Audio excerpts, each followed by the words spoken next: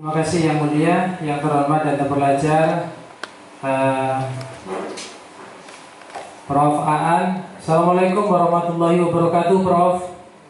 Waalaikumsalam warahmatullahi wabarakatuh. Di Belanda sore ya, Prof? Good afternoon, Prof. Sore hampir jam 4. Hampir jam 4 ya, alhamdulillah, Prof. Kami bersyukur Prof bisa meluangkan waktu di sela-sela kesibukan menjalankan perjalanan dinas selaku Dekan Fakultas Hukum Universitas Brawijaya.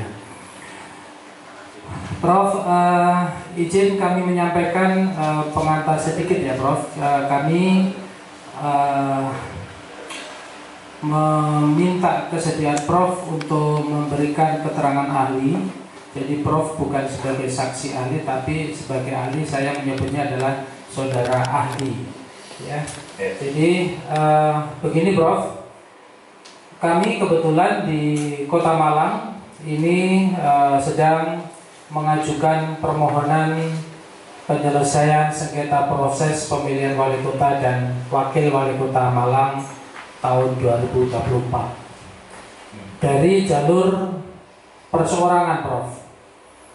Nah, di dalam proses jalur perseorangan ini ada syarat yang harus dilakukan oleh calon perseorangan, yaitu menyerahkan berkas dukungan Bapaslon, bakal pasangan calon wali kota dan wakil wali kota Malang tahun 2024. Nah, permasalahannya, Prof, adalah kami Bapaslon itu sudah mempersiapkan dan menyiapkan berkas dukungan sebagaimana dimaksud di dalam peraturan KPU dan undang-undang di atas batas minimal yang dipersyaratkan. Untuk Kota Malang, Prof, yang batas minimal yang dipersyaratkan adalah 48.882 dukungan. Nah, tetapi kami menyetorkan pada saat pendaftaran pertama ke KPU Kota Malang itu lebih dari batas minimal yang dipersyaratkan. Jadi total yang kami kumpulkan, kami serahkan pertama kali sejumlah kurang lebih 56.000 sekian, Prof. Jadi lebih dari 48.882. Nah, yang menjadi pertanyaan, Prof, adalah berkas dukungan yang sudah kami sampaikan kepada KPU ini oleh KPU dilakukan verifikasi administrasi oleh KPU menggunakan alat bantu, ya. Saya tekankan menggunakan alat bantu berupa sistem informasi calon atau semacam aplikasi seperti Sirekap, ya, Prof. Seperti Sirekap yang dipakai oleh KPU RI dalam menentukan kemenangan antara pasangan calon presiden beberapa waktu yang lalu, termasuk diantaranya untuk menghitung perolehan pemilihan legislatif, ya, Prof, ya. Nah, jadi Sirekap ini pada waktu yang lalu akhirnya oleh KPU RI dinyatakan tidak digunakan untuk menentukan lolos tidaknya pasangan calon presiden ataupun anggota legislatif.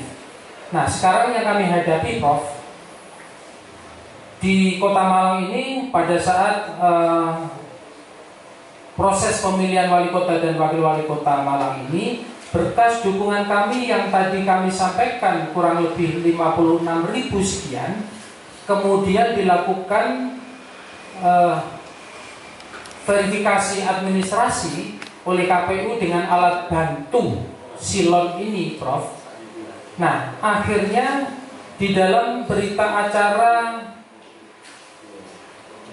KPU, ya, berita acara hasil rekapitulasi KPU di berita acara 246-2-B4/B4/3573/2024 Dari 56.000 sekian ini yang dinyatakan memenuhi syarat 40.689 dari 56.000. Sehingga ada di sekitar 13.615 yang oleh KPU dengan alat silonnya itu, aplikasi silon itu dinyatakan tidak memenuhi syarat, Prof. Nah, jadi akhirnya karena kami keberatan atas keputusan KPU dengan berita acara 246 tadi, kami menggunakan keberatan kami melalui prosedur hukum yang berlaku, melakukan permohonan sengketa proses di Bawaslu Kota Malang. Jadi itu inti utama yang kami hadapi di dalam sengketa proses ini, Prof. Nah, yang jadi pertanyaan saya, Prof, atas keahlian Prof sebagai ahli, Prof, untuk silon yang tadi sudah saya sampaikan like this seperti sirekap, itu secara hukum itu kedudukannya seperti apa, Prof?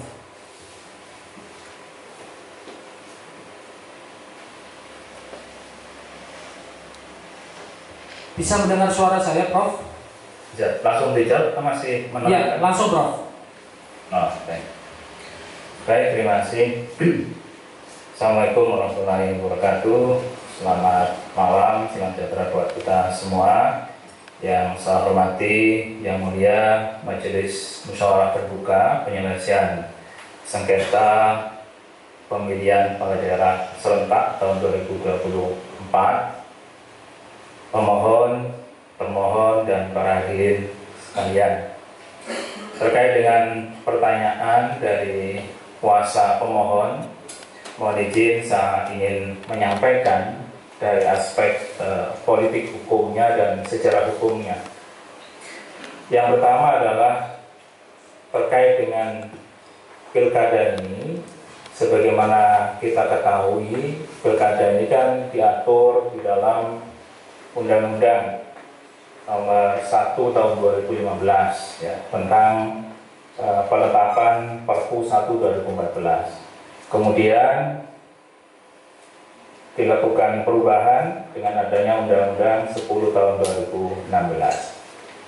Nah, inti dari yang ditanyakan oleh pemohon atau kuasa pemohon itu kan eksistensi atau kedudukan hukum dari sistem informasi yang namanya sistem informasi pencalonan atau biasa disebut dengan silon gitu. Dari sisi sejarah hukum yang saya tadi sampaikan bahwa dasar hukumnya pertama adalah Undang-Undang 1 2015. Kalau kita baca di sana tidak disebutkan atau tidak diatur yang disebut dengan sistem informasi pencalonan atau silon ini ya. Namun kalau kita lihat di pasal 48 ayat 3, di sana disinggung soal adanya sistem dan aplikasi. Tapi konteksnya adalah sistem dan aplikasi yang diperbantukan atau dipinjamkan ya, kepada KPU berupa peralatan atau tenaga teknis. Dalam hal apa? Dalam hal verifikasi administrasi. Normanya di pasal 48 ini adalah verifikasi administrasi dilakukan oleh KPUD, kita singkatnya begitu aja intinya, dan dapat berkoordinasi dengan Dinas Kependudukan dan Pencatatan Sipil Provinsi Kabupaten Kota. Nah, jadi tidak langsung menyebut sistem informasi pencalonan, tetapi adanya penggunaan sistem atau aplikasi gitu ya, sebagai alat yang digunakan untuk membantu lah, dalam proses verifikasi administrasi. Kemudian di pasal 111 ditentukan bahwa untuk mekanisme penghitungan dan rekapitulasi suara pemilihan itu menggunakan sistem penghitungan suara secara elektronik. Jadi kalau untuk penghitungan itu menggunakan clear, undang-undang menyebutkan ada sistem penghitungan suara secara elektronik atau yang biasa disebut dengan situng pada waktu itu ya, dan itu jadi masalah. Nah, ini dari sisi undang-undang. Kemudian saya melihat bahwasanya KPU menjalankan salah satu prinsip dasar dalam pemilu, yaitu keterbukaan informasi, sehingga lebih mudah diakses. Karena tidak ada larangan di dalam undang-undang, artinya ini menjadi open legal policy dari KPU. Apalagi KPU menurut Undang-Undang 12 2011 punya wewenang untuk membentuk peraturan KPU. Di sini kemudian KPU membuat peraturan KPU nomor 3 tahun 2017. Nah, di peraturan KPU nomor 3 tahun 2017 di pasal 97, ya, di sana KPU menggunakan norma fakultatif ya, terkait dengan pemanfaatan sarana teknologi. Artinya norma fakultatif itu adalah norma kebolehan, anjuran lah begitu tepatnya. Kalau saya boleh bacakan, untuk memudahkan pelaksanaan proses pencalonan sejak masa penyerahan dokumen dukungan pasangan calon perseorangan sampai dengan penetapan pasangan calon peserta pemilihan, KPU KIP Aceh dan KPU KIP Kabupaten Kota dapat ya, menggunakan kata dapat memanfaatkan sarana teknologi. Nah, ini yang ada di tahun 2017 dengan adanya peraturan KPU nomor 3 tahun 2017. Kemudian peraturan KPU nomor 3 tahun 2017 ini diubah ya, dengan peraturan KPU nomor 15 2017 tahun yang sama. Di sini tidak dilakukan perubahan terhadap pasal 97. Normanya tetap, yaitu dapat memanfaatkan sarana teknologi. Artinya bisa boleh digunakan, bisa tidak digunakan. Baru kemudian di dalam PKPU ya, yang terbaru yaitu 18 2019 ya, tentunya di pasal yang sama, pasal 97 diubah gitu. Apa perubahannya? KPU Provinsi, KIP Aceh, KPU KIP Kabupaten Kota wajib, nah ini dari kata dapat tadi, kemudian normanya diubah menjadi obligatori, menjadi norma yang wajib menggunakan sistem informasi pencalonan gitu, dan memanfaatkan sarana dan perasaan teknologi yang dikembangkan oleh KPU untuk memudahkan pelaksanaan proses pencalonan sejak masa penyerahan dokumen dukungan pasangan calon perseorangan sampai dengan penetapan pasangan calon peserta pemilihan. Di sini terjadi perubahan politik hukum ya, dari undang-undang yang sebenarnya tidak memerintahkan ya, untuk dibuat suatu sistem informasi, kemudian dalam PKPU awalnya sifatnya fakultatif, sampai akhirnya menjadi imperatif, menjadi suatu perintah, suatu kewajiban. Nah, kewajibannya itu dengan tujuan, yaitu untuk memudahkan pelaksanaan proses pencalonan sejak masa penyerahan dokumen. Nah, ini secara yuridisnya begitu. Nah, pertanyaannya adalah seperti yang tadi disampaikan oleh pemohon, ya, itu mengalami kendala. Nah, kalau kemudian mengalami kendala-kendala berkaitan dengan politik hukumnya tadi, politik hukum tadi kan untuk memudahkan pelaksanaan proses pencalonan, ya, sehingga tidak hanya mudah bagi penyelenggara pemilu atau penyelenggara pilkada, ya, sehingga tidak perlu mengecek manual satu persatu kesesuaian nama, kesesuaian NIK, kesesuaian alamat, kesesuaian jenis kelamin dan seterusnya. By sistem sudah bisa membaca bahwasanya itu match atau tidak, ada duplikasi atau tidak, itu disaring oleh sistem. Nah, tapi problemnya adalah terjadi persoalan, dan itu juga sama dulu seperti penggunaan situng ya, sampai kemudian muncullah putusan Bawaslu nomor 7 2019 yang di sana akhirnya KPU diperintahkan untuk memperbaiki ya, tata cara prosedur dalam input data sistem informasi pemungutan suara atau situng. Nah ini kan kasusnya kayaknya hampir mirip seperti yang diargumentasikan oleh pemohon. Nah maka dari itu menurut saya kewajiban penggunaan silon ini adalah kewajiban bersyarat. Ya, kewajiban bersyarat. Apa syaratnya? Syaratnya ditentukan dalam pasal 97 PKPU 18 2019 ya. Yakni adanya kemudahan pelaksanaan proses pencalonan. Kalau tidak adanya kemudahan itu tidak wajib, kan gitu.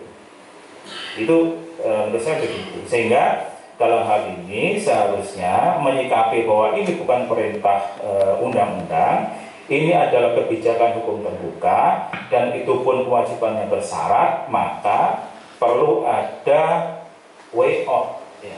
Karena apa? Undang-undang justru ya lebih kepada keadilan substantif, ya tidak hanya dari sistem kemudian keluar angka, sehingga angka itu ya justru yang berkuasa nanti kan sistem informasi, bukan manusianya lagi, bukan penyelenggara pemilu, tapi silon ini lebih penyelenggara pemilu. Kalau kemudian penyelenggara pemilu atau KPU hanya nurut apa katanya silon, padahal silonnya masalah.